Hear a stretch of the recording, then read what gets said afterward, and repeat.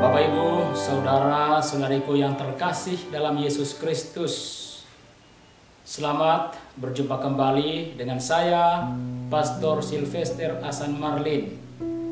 Saya akan membawakan renungan untuk hari Jumat, tanggal 22 Oktober tahun 2021, Pekan Biasa ke-19, yang diambil dari Injil Lukas, bab 12, ayat 54 sampai 59. Mari kita sama-sama mendengarkan. Tuhan bersamamu. Inilah Injil Tuhan kita Yesus Kristus menurut Lukas. Dimuliakanlah Tuhan.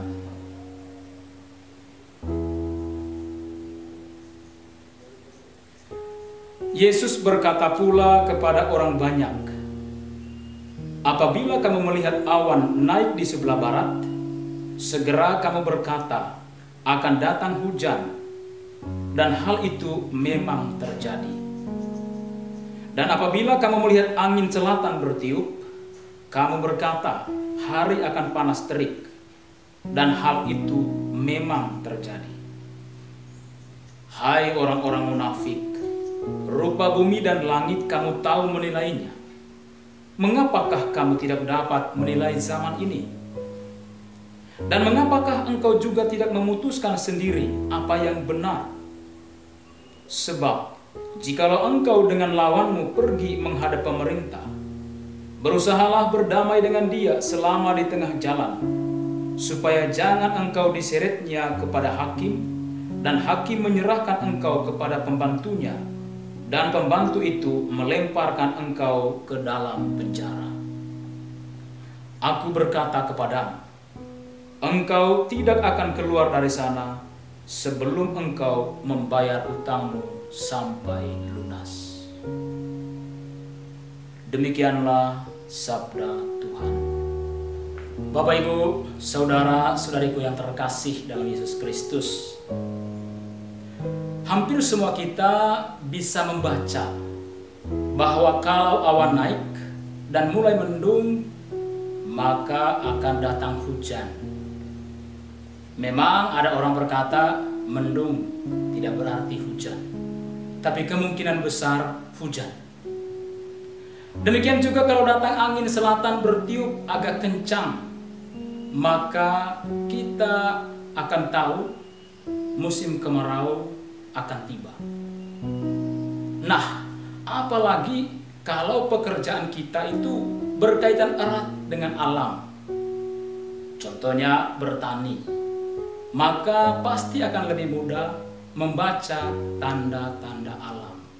Tanda-tanda ini secara otomatis kita bisa baca karena pengalaman-pengalaman yang sering kita lewati. Kemampuan untuk membaca tanda-tanda alam bukan hanya terjadi pada orang di masa sekarang, tetapi sudah sejak zaman dahulu. Tak terkecuali orang-orang Yahudi. Nah, saudara-saudara terkasih, kalau orang bisa membaca tanda-tanda alam, maka seharusnya dia juga bisa membaca tanda-tanda zaman. Tetapi seringkali orang menutup mata terhadap tanda-tanda zaman. Orang yang tidak mampu membaca tanda-tanda zaman akan ketinggalan zaman, atau dia tidak mampu hidup pada zaman yang mungkin akan berubah dari zaman di masa dia hidup sebelumnya. Maka dituntut sebuah kepekaan untuk membaca hal-hal yang baru pada zaman yang akan dihadapinya. Hanya dengan demikian orang akan mampu hidup pada zaman itu. Saudara-saudariku yang terkasih dalam Yesus Kristus, inilah sebetulnya yang disesalkan Yesus dari sikap orang-orang Yahudi pada zamannya. Ia menyesal karena mereka mampu membaca tanda-tanda alam, tetapi tidak mampu membaca kehadiran Allah yang menyelamatkan dalam dirinya.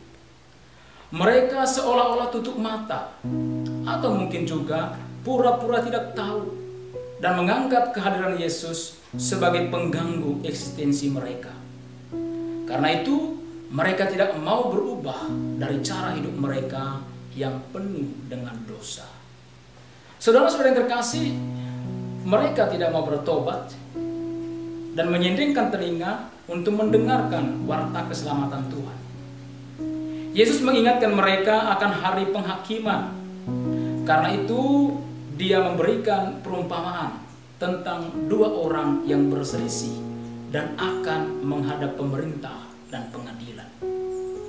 Yesus mengatakan bahwa berdamai sebelum menghadapi pengadilan akan lebih baik daripada terlanjur berperkara, karena bisa saja pada akhirnya dicebloskan ke dalam penjara.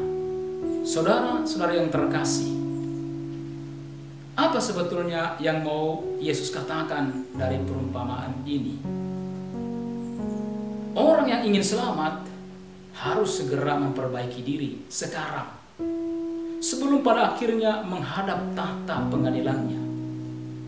Oleh karena itu, kemampuan, kepekaan, dan keterbukaan hati terhadap misi yang Yesus bawa, yaitu keselamatan bagi semua orang, harus dimiliki oleh semua orang. Dengan kemampuan tersebut, orang akan bertobat dan menyiapkan dirinya untuk masuk dalam bilangan orang-orang yang diselamatkan. Kemunafikan atau pura-pura tidak tahu hanya membawa orang kepada kebinasaan. Saudara-saudara yang terkasih, apa yang dikatakan Yesus ini berlaku sepanjang masa sampai pada zaman kita ini, bukan hanya pada orang-orang Yahudi. Peringatan yang diberikan Yesus berlaku juga untuk kita saat ini. Supaya kita tidak binasa, kita harus segera menyadari bahwa pada akhirnya kita semua akan menghadap tahta pengadilan Kristus. Dengan kesadaran itu diharapkan timbul keinginan untuk berbalik dari dosa-dosa kita. Rasul Paulus dalam suratnya yang kedua kepada umat di Korintus bab 5 ayat 10 mengingatkan, sebab kita semua harus menghadap tahta pengadilan Kristus, supaya setiap orang memperoleh apa yang patut diterimanya sesuai dengan yang dilakukannya dalam hidupnya, baik ataupun jahat.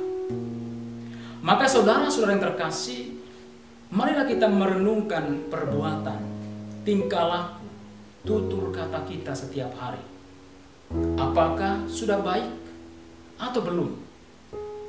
Kalau belum baik, masih ada kesempatan untuk memperbaiki dan berdamai dengan Allah dan sesama, supaya kita tidak masuk kepada kebinasaan, tetapi kepada keselamatan.